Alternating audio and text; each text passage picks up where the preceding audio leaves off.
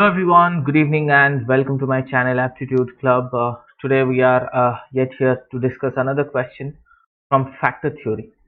This is a very good and very well designed question, I must say. And if you have understood factor theory properly, then only you can appreciate the beauty of this question.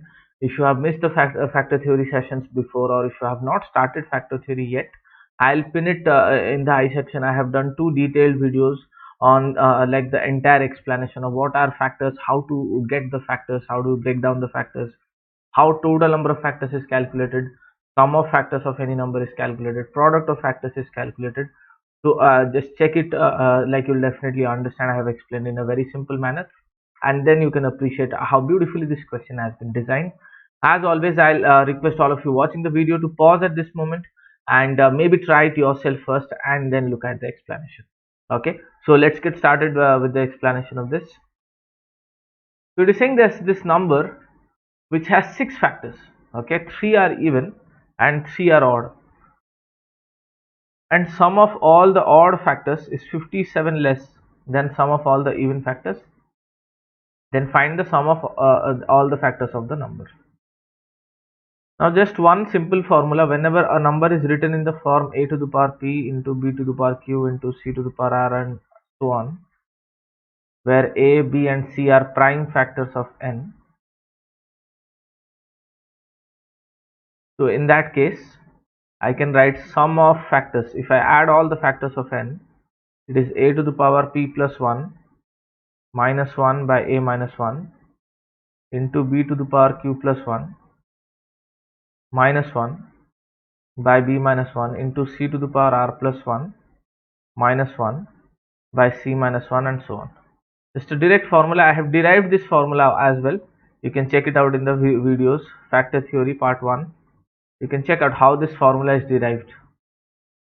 Okay, using sum of geometric progression formula, we can derive this particular thing. So do check it out. So we will be using this formula towards the end, but before that we need to understand that this number has six factors, three even and three odd. So what could be my number? All right, so let me explain it here. For an example, let us say I'm taking a number 12. Okay, we'll try and relate it to this. If the number is 12, I'll break 12 as 2 square into 3 to the power 1. That means 2 is present as 2 to the power 0 or 2 to the power 1 or 2 to the power 2 in any of the factors, and 3 is present as 3 to the power 0 or 3 to the power 1 in any of the factors, and the combination of these powers will start giving me my factors. So suppose 2 to the power 0 into 3 to the power 0, you get 1. Then 2 to the power 1 into 3 to the power 0, you get 2. Similarly, 2 to the power 0 into 3 to the power 1, you get 3. 2 to the power 1 into 3 to the power 1, you get 6. 2 square into 3 to the power 0, you get 4. And 2 square into 3 to the power 1, you get 12. So see, I could get all factors of 12 based on this principle that I'll break the number in its prime factors form, and then each prime factors, what are the possible powers? Suppose we have 2 to the power 2, so possible powers of 2 are 2 to the power 0 or 2 to the power 1 or 2 to the power 2. Had it been, let's say, 3 to the power 5, so from starting from 3 to the power 0 till 3 to the power 5 are the different possible powers of 3. Now this number mentioned in the question is such a number which has total 6 factors first of all, and out of these 6 factors, 3 are even factors and 3 are odd factors. Okay, now if there are 3 even factors, I can conclude that 2 is definitely a factor. 2 has to be a factor because until and unless we have 2, we cannot get even numbers. So to get even numbers, we need a 2. So n, so 2 to the power 1 is at least present. At least 2 to the power 1 should be present. And then it has 3 odd. So I need to take an odd prime number with 3 possible forms. So let us say it is m to the power 0, m to the power 1 and m square. I'll take only 3 forms because there are 3 odd factors. You cannot go to m cube. In that case, you will have 4 odd factors, where m is an odd prime number. So this implies 2 to the power 0 into m to the power 0 is 1. This is the first odd factor. 2 to the power 0 into m to the power 1. This is m, and 2 to the power 0 into m square. So this is m square. So these are the 3 odd factors. And then when 2 to the power 1 is multiplied to the same factors, you start getting even factors. So 2 to the power 1 into m to the power 0, you get 2. Then 2 to the power 1 into m to the power 1, you get 2m. And 2 to the power 1 into m to the power 2, you get 2m square. These are all even factors. I hope you understand like how we derived the value of n. So I can conclude that my number n is of the form 2m square. This is number n, 2m square. So 2 to the power 1 into m square. This is how the number n must be designed. Okay. So once we have this, we got what are the odd factors and what are the even factors. The important part to understand is, if at all I am taking 2, what should be the power of 2?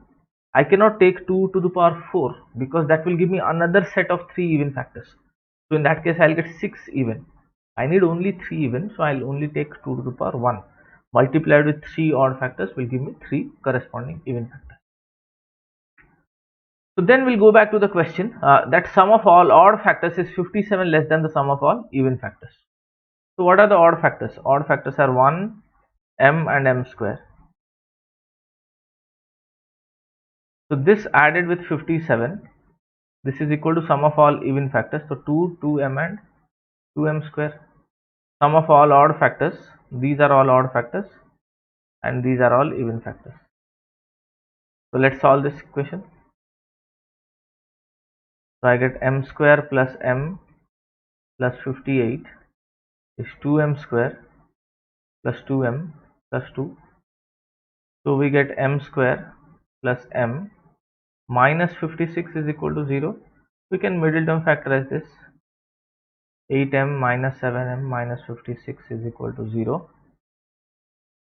M common m plus 8 minus 7m plus 8. So we get m minus 7 into m plus 8 is equal to 0. Hence m is equal to 7 or minus 8. Now because m is an odd prime number, that is why m has to be 7. It can't be minus 8 because m is an odd prime number. Simple now. So once you have got what is m, then the number n is basically 2 to the power 1 into m square, so which is 2 to the power 1 into 7 to the power 2. Now we can directly apply the formula that we discussed at the beginning of the video. 2 to the power 1 plus 1 minus 1 by 2 minus 1 into 7 to the power 2 plus 1 minus 1 by 7 minus 1. So this is 2 to the power 2, 4 minus 1, 3 by 1, this is 3, and 7 to the power 3, 342. 343 minus 1, it is 342 by 6. So you get 3 into 6, 5, 57. So I get 171. And that is my answer. Beautiful question on application of factor theory. You need to really understand how factors are obtained. Formula is not just enough. You will have to understand that if a number has a certain number of factors, how do you get individual factors? How prime factorization form should be decoded? What are the different forms of each prime power? And then how do you combine those forms to get prime factors? Based on that logic, this question has been designed. So hope all of you understood this question. Very important and a must solve question for all of you reading factors and multiples topic. This is a question all of you must solve. So hope you guys understood the explanation of this question, and if you have watched the video this far, do subscribe to my channel if you like the content. Do explore the previous videos that I have completed on this channel. You will definitely find them useful on your CAT preparation journey.